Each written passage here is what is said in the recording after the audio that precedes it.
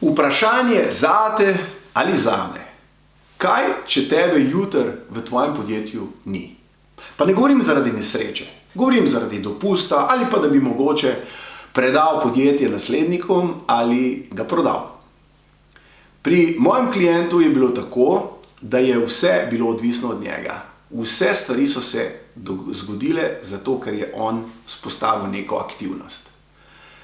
Ni bilo naslednikov, ni bilo nekih ljudi, ki bi iskali neko pozornost in seveda ugotovili smo, da je to velik problem, da tudi na dopust realno človek ne more iti sproščen. Zapisali smo procese, ponovljive procese, določili strategijo, kako iz točke A v B v danem trenutku, če prideš na križišče. Pomirilo ga je. In podjetje ni vredno samo zaradi ideje veliko. Podjetje je vredno, kadar deluje tudi brez tebe. Ni pomembno, ali si star 30 ali 60 let. Pomembno je, ali imaš narejeno svojo izhodno strategijo.